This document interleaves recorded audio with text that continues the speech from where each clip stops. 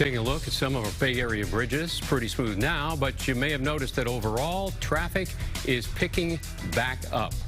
And it's not the only thing on the rise. Gas prices are racing towards pre-pandemic levels. Good evening. I'm Alan Martin. And I'm Elizabeth Cook. KPIX 5 reporter Devin Fehely is live in East Palo Alto with what's driving the increase. Devin?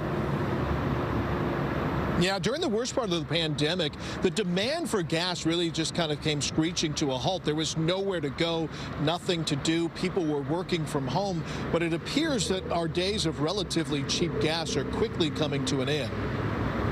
Our once deserted streets and highways are filling back up with cars as we possibly near the end of the pandemic, and gas prices have rocketed up to meet demand.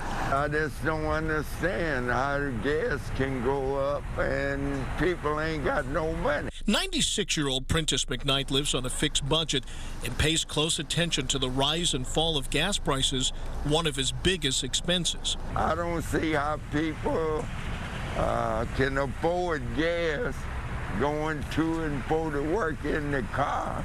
Industry analysts estimate in the darkest days of the pandemic, demand for gas was down nearly 60%, and the price plummeted precipitously, down to $2.70 on average in California last April. But it's been steadily climbing back to pre-pandemic levels, fueled by more people hitting the road. Yes, there's starting to be a lot of traffic on the roads. At the same time, there are a lot of people whose lives are still very different than they were pre-pandemic. With the vaccine rolling out and restrictions being eased, Professor Asha Weinstein-Agrawal says more drivers and cars are back on the road. Although the long-term changes to traffic patterns are tough to predict, she says it appears the brief break that we enjoyed from traffic may be at an end. 6 months ago, it was definitely lighter in traffic. Now we see a lot more traffic now, but when it's usually around 2 or 3, like I say, university can get a little bit, kind of neck to neck.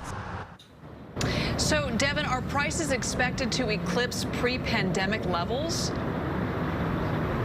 That's one of those things that's very difficult to predict because there's so many factors that affect the price of gasoline. One of the things that we do know is that the demand has gone back up.